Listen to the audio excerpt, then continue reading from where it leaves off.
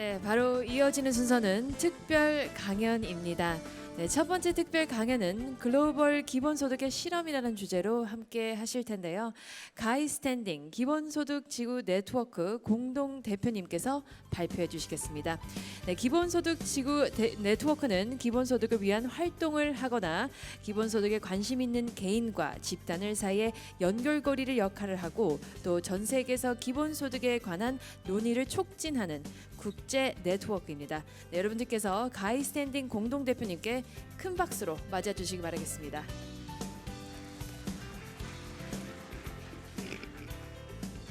Good afternoon. You've already had a long day, so I will try to be brief.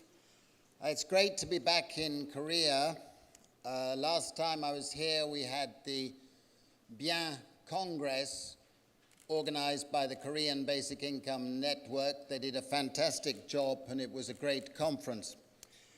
I'm going to draw on two books for my comments this afternoon. One is called The Corruption of Capitalism, and the other one is Basic Income. If anybody is interested, I have a few copies available afterwards.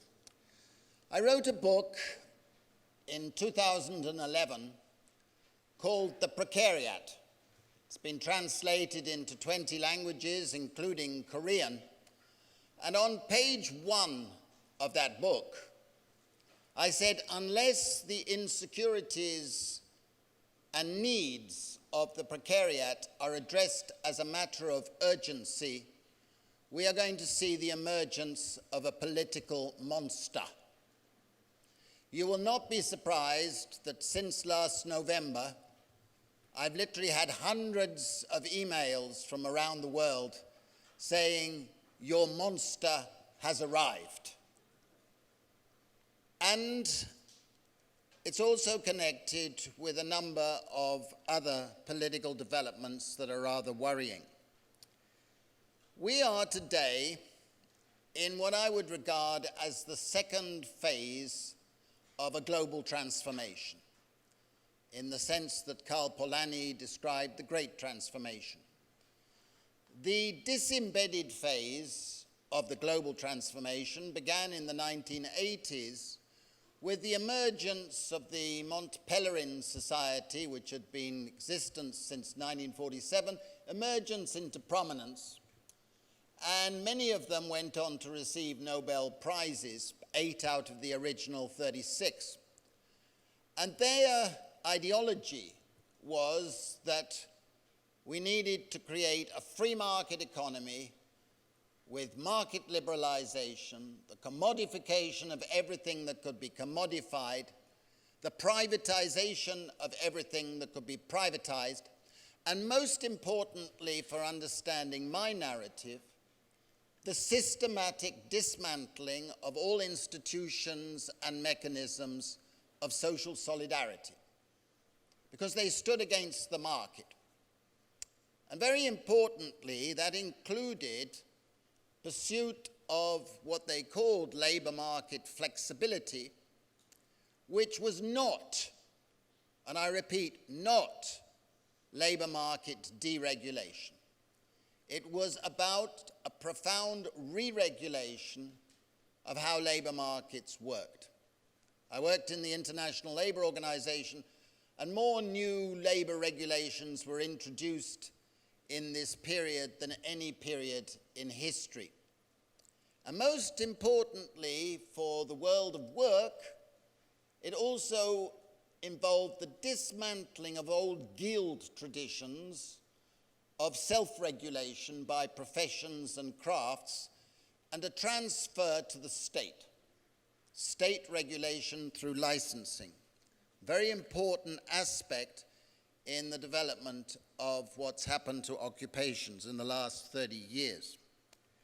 Now, the pursuit of this market system was in a context of which we had an extra 2 billion people becoming part of a global labor market, from China, from India, slowly other countries, all of whom were habituated to expect a wage that was 1/50th of what was the norm in OECD countries.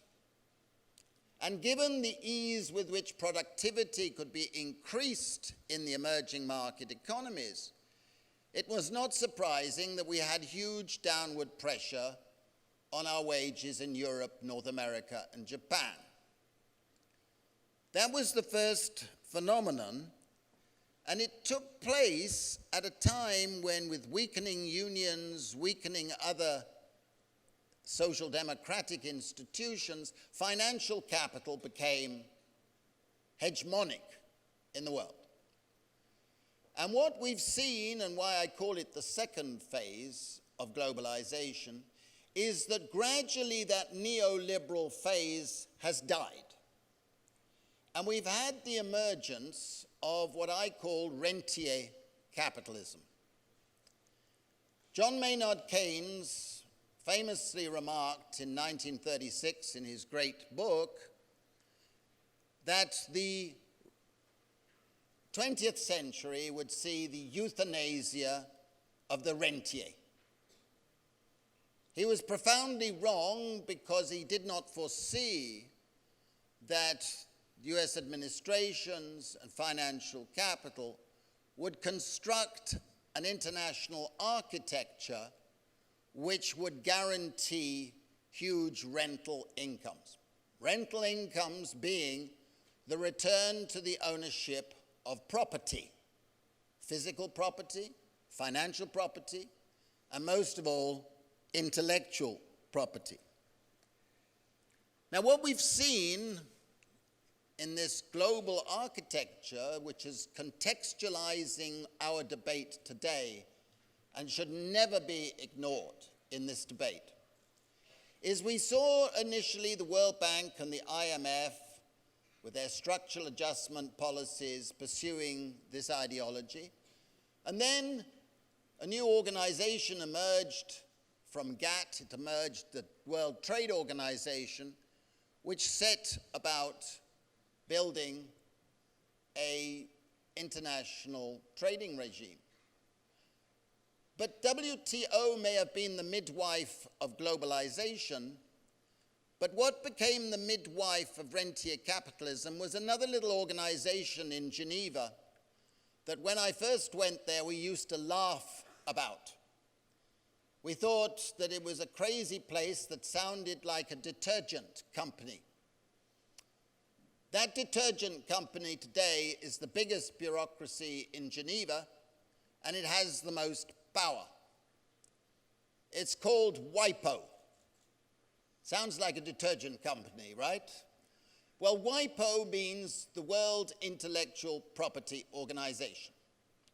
And in 1995, led by the United States, followed by the European Union and Japan, they created TRIPS, the trade-related aspects of intellectual property.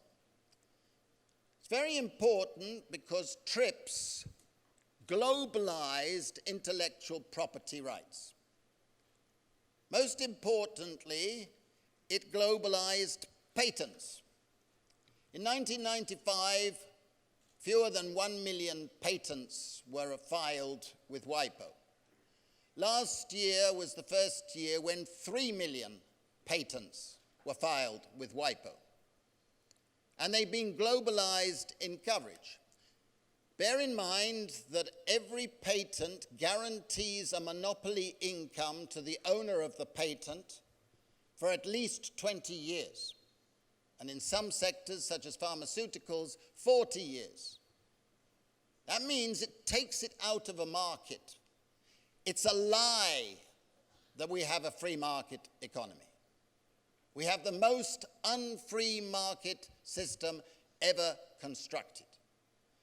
Today, there are something like 11 million patents in force, and the income from patents has multiplied sevenfold in the last 20 years, so that the value of the stock of patents is approximately $16 trillion, which interpreted is about 20% of global GNP. That's huge. But what's been happening with the development of patents is that we've got, in addition, 3,200 trade and investment agreements which entrench intellectual property rights and guarantee those to corporations. So the biggest corporations in the world have become patent hoovers, hoovering up thousands and thousands of patents. So, for example, the big five in Silicon Valley all have thousands and thousands of patents which guarantee them billions of dollars stretching forward. Foxconn in China has over 12,000 patents and has emerged as a patent giant.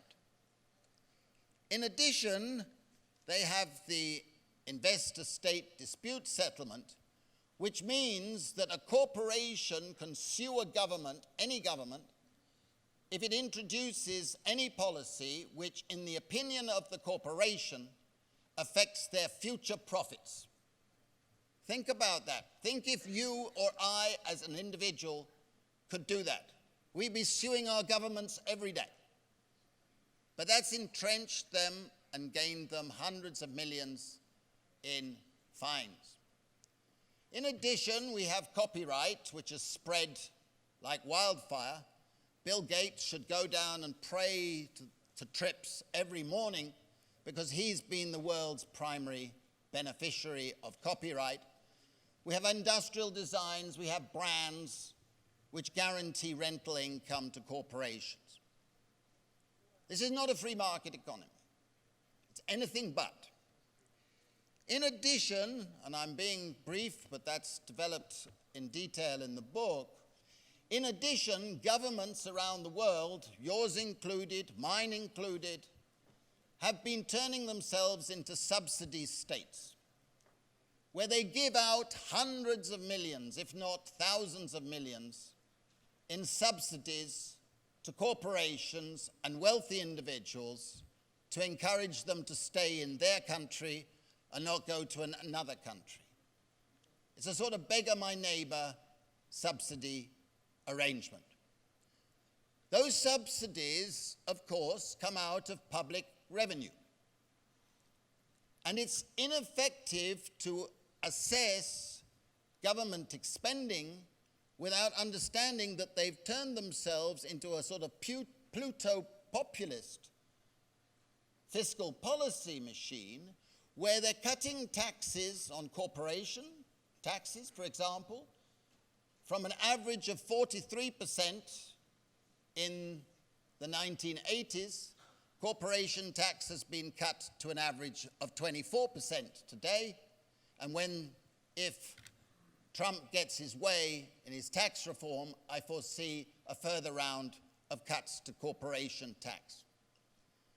Taxes on the wealthy have been cut, subsidies are being given out, ergo you have budget deficits. So governments have been cutting state benefits for lower income groups, cutting expenditures on social services, and creating more inequality through their own fiscal policy. You cannot analyze what's happened to the labor market and the future of work without understanding this huge change in our economic policy system. Now,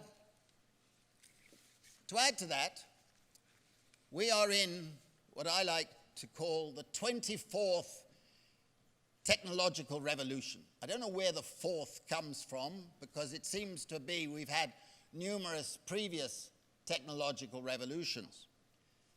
For the narrative that looks at work and labor, most importantly, and I agree with something that Richard said this morning, wages are being held down by the fact that patents and the automation can be done quicker and quicker. The technologies we're seeing today are increasingly disruptive. They are increasingly contributing to worsening inequalities. I don't think we'll have an absence of work, but workers of all types are going to be scrambling for less money. It's made the relocation of production much easier than used to be the case. It's made the division of labor much easier to change. And firms, in a sense, over the last 30 years, have become commodities themselves, to be split up, changed, moved around, change of ownership, change of structures. This, of course, has profound implications for the development of the international labor market, to which we have to add the emerging platform capitalism. McKinsey Global Institute predicts that within the next 10 years, and I think it may be less, 1 in every 3 labor transactions will be done online. It won't be a direct employer-employee relationship. It will be done online. And I give a lot of data in the book. I realize, of course, that official statistics on these developments are atrociously unfit for purpose.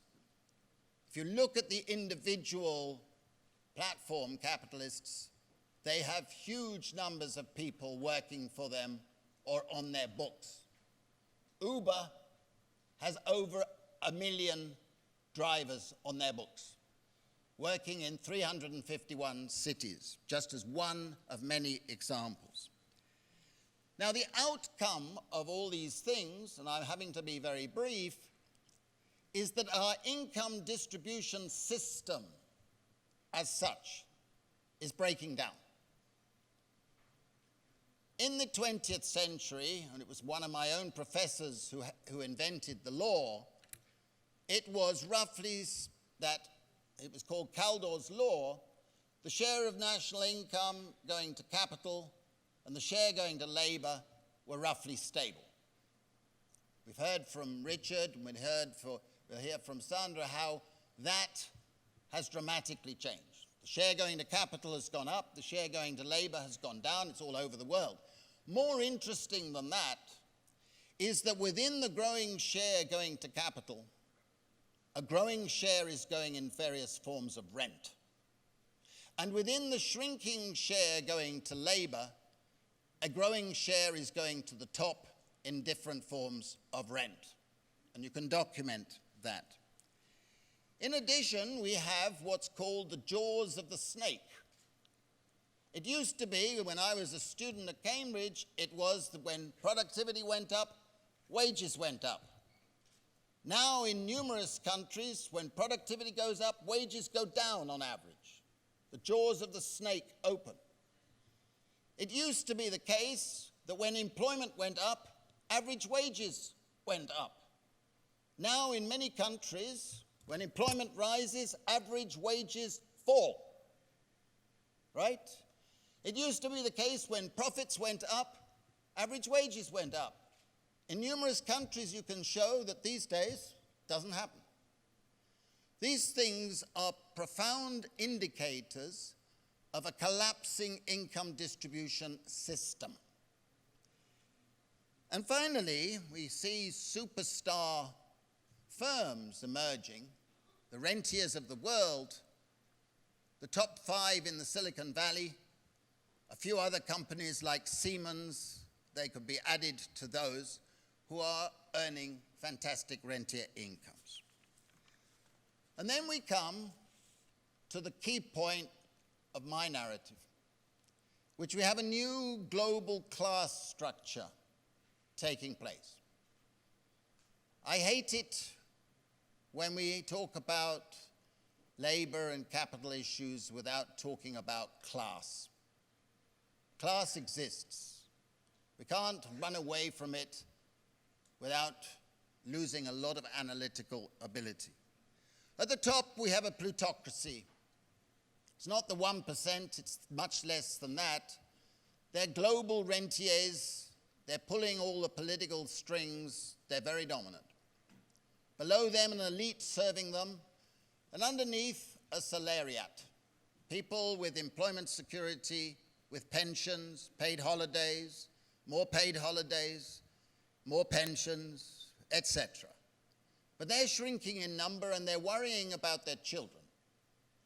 Below them is the old proletariat, for which the ILO model was built, for which the unions, social democratic parties, labor parties, they were all for the proletariat. But that's shrinking everywhere too. It's underneath that, in terms of income, that the precariat has been emerging. The precariat can be defined in 3 dimensions. First, millions of people are being conditioned and told they must accept a life of unstable labor, insecure labor, in and out of casual jobs, in different statuses. For me, this is the least important part of the precariat, but it's the most obvious indicator. More importantly, people in the precariat don't have an occupational narrative to give to their lives. They don't feel they're becoming something. They don't feel that they have a career of personal development. That is crucial. And they don't feel they have a corporate narrative either, that they belong to a firm or an organization.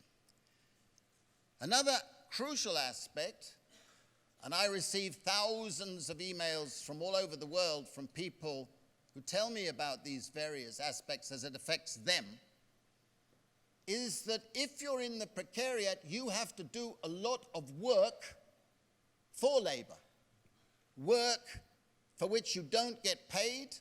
It's not recognized in our statistics, but you have to do it. Retraining, networking, applying to thousands of jobs, and it is thousands in many cases. More retraining, more preparation. It's work. But our statistics are unfit for purpose. We need a revolution in our statistics if we're going to understand what's happening in the world of work. The next aspect is that if you're in the precariat, almost certainly you have a level of education that's higher than the level of labor that you can expect to obtain, which creates status frustration and many other problems. Now that part of the precariat is compounded because the second dimension is that if you're in the precariat, you have to rely almost entirely on money wages. Money wages that are falling in real terms and have been for many years and are becoming increasingly volatile and uncertain. You don't have access to non-wage benefits like paid holidays, paid medical leave, the prospect of a pension. One of the greatest increases of inequality over the last 30 years has been the dismantling of social income. Often people have traded a higher money wage for the loss of some other benefit. But that increases their insecurity and distorts our income distribution figures. In addition, they've lost rights-based state benefits, because all over the OECD, countries have moved towards means testing, income testing, behavior testing, and workfare. Selectivity gone mad. Selectivity which says you can only have a benefit if you prove you are poor. And proving you're poor, you must be prepared to do X, Y, and Z that the bureaucrats say you have to do. It's demeaning, it results in incredible stigma, and it results in, not surprisingly, we should have learned this 100 years ago. We did. Low take-up rates for benefits. And then you find people in poverty traps where going from low benefits into the sort of low-wage jobs they could obtain, they face a marginal tax rate which may be 80%, 90%. So they're losing something and gaining a little extra. But it's actually worse than that, because they also suffer from what I call precarity traps. You don't get your benefits straight away when you qualify for them. You have to do forms, you have to fill, you have to wait, you have to satisfy bureaucrats and so on. So you'd be mad to take a short-term job after you've been in benefits when you know that you'd have to start queuing to get the benefits all over again. Millions of people in the precariat face those problems. And finally, in terms of definition, the precariat is unique in history in the sense that it is losing the rights of citizenship. It's a very painful process, losing civil rights, cultural rights, social rights, economic rights. You can't practice what you're qualified to do. And you're losing political rights because you don't see in the political spectrum a party or politician representing your interests. And this is leading to anger among the less educated in the precariat. They listen to the sirens of neo-fascist populists like Donald Trump, like the Brexiteers, like Marine Le Pen, and so on. But a growing proportion of the precariat are young, educated people who are promised a future. And they're not getting it, except through debts and odd jobs. This part is looking for what I call a new politics of paradise. And it's essential in this debate on the future of work to try to understand what it is that the precariat, this progressive and growing part, is actually looking for. And I believe that part of it is a new income distribution system. We don't need to go back to the 20th century system. It only existed historically for a very short time. Today, more and more of the income is channeled outside the labor market. We won't be able to push up wages, so we need a new mechanism of distributing rent. This is one of the reasons, only one of the reasons, why I believe we must move towards having a basic income as an economic right of every man, every woman, and every child. The main reasons, as I discuss in the other book, are ethical. It's first of all a matter of social justice. The wealth and income of every one of us in this room is far more to do with the efforts and achievements of our ancestors than anything we do ourselves. And if you allow private inheritance of wealth, then you should allow for a social dividend, a social payment to everybody to give them some basic involvement in society. That's the first reason. The second reason is a basic income would enhance freedom. First freedom it would enhance is the ability to say no. The ability of a woman to say no to an abusive relationship. The ability to say no to a bureaucrat or an exploitative employer in a back street. But it also would strengthen the ability to say yes. Yes to helping the little old lady down the road, but she couldn't pay the minimum wage. Yes to I wanting to do care work, look after my elderly mother. These important things go with the results we found in a pilot we did in India. We gave 6,000 men, women, and children a basic income over 2 years and monitored the results. Huge improvements in nutrition, in health, in the schooling of the children, in women's status, in economic activity, and in the improvements for the disabled. But what impressed me more than anything was that the emancipatory value of the basic income was greater than the money value. I leave you who are social scientists to work out how that is, or read my book, but it's an essential aspect. And the third ethical reason for supporting a basic income is that it would give people basic security. Insecurity is the scourge of our age. We know, the psychologists have taught us, that insecurity shrinks the mental bandwidth. It leads to mental ill health. It leads to the inability to take strategic long-term decisions. By contrast, if you guarantee people basic security, their mental bandwidth grows. Their ability to be altruistic increases, to be tolerant of strangers, all things that we need to strengthen. When we come to the final question of affordability, I've got a whole chapter on that. As Richard began to mention this morning, there are numerous ways to pay for a basic income. What I say is we have to move in the direction of having a basic income. Those subsidies can be rolled back. They're aggressive. The tax reliefs that are given out to the wealthy can be rolled back.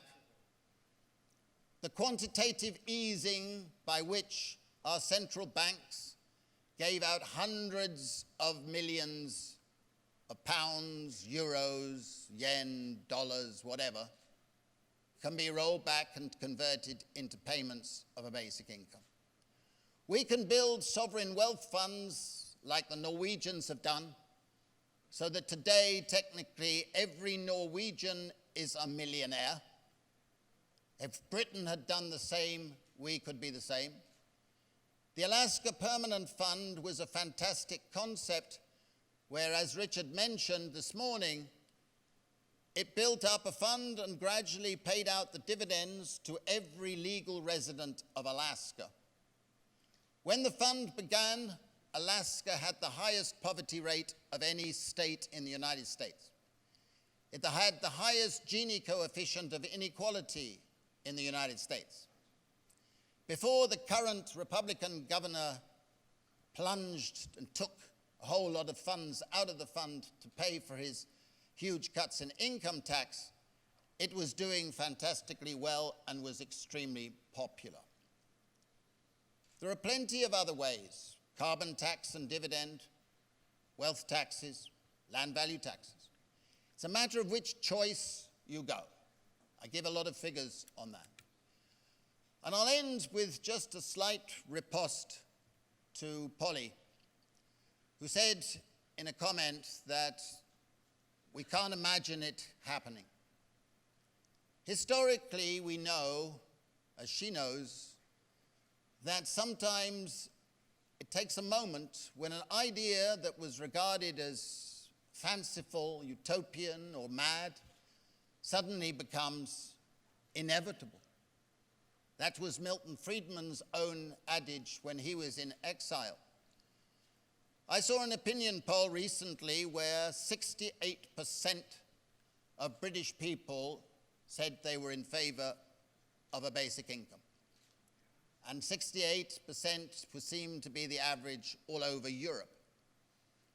We're doing pilots. We've got pilots in Finland, we've got pilots in Ontario, pilots in Oakland, California. There will soon be pilots in Scotland, and some pilots probably in Spain. We've done pilots. We've seen the results of pilots. And I'll end on one. A pilot was conducted in North Carolina. It happened to be a longitudinal pilot, and the children of families which received the basic income were compared with similar children from another community which did not. And over the course of 16 years, the children who'd been in families receiving the basic income turned out, on average, to be 1 year ahead in school compared with those who had not received the basic income. And all the data show that it was because the family relations were made calmer and the conscientiousness of the children developed in that period. I believe a basic income is an essential part of a new distribution system. It is not a panacea. We need good public services. We need other forms of support for the disabled and the others. Of course we do. This is a view from the left. There are the libertarian crazies who want to use it to abolish the whole welfare state. I'm not frightened by them. We need a new progressive politics that looks to the future of work as a broader sense of giving people security and the ability to develop their own capabilities. Thank you very much. 네, 좋은 강연 들려주신 가이 스탠딩 공동대표님께 다시 한번 감사 인사드리겠습니다. Thank you for the inspiring presentation describing the crucial issues of global precariat, why we need a basic income. Thank you for the presentation.